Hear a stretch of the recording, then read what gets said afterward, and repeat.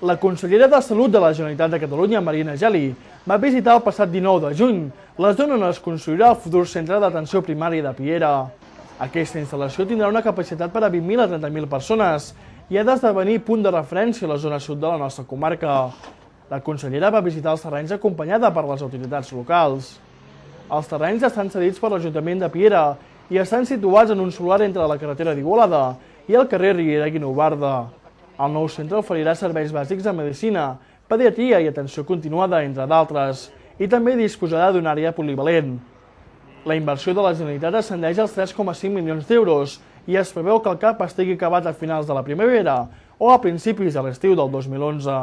És un centre de salut gran, perquè aquesta és una àrea bàsica que s'ha pensat ja quasi per 20-30.000 persones, per tant és una àrea bàsica de present i de futur.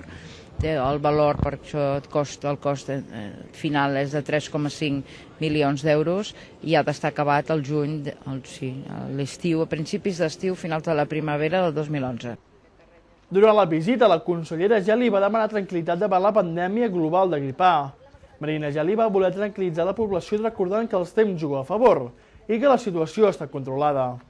És probable que tinguem abans la vacuna que s'iniciï la grip.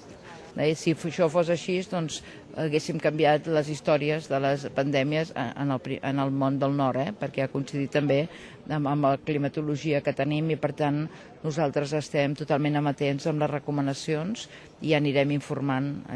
Ara hem començat el procés de compra de la grip estacional habitual, vacunarem els mateixos grups poblacionals que sempre a la tardor, que aquesta és la grip que en sabem molt, i la resta jo crec que tindrem moltíssima informació abans del setembre.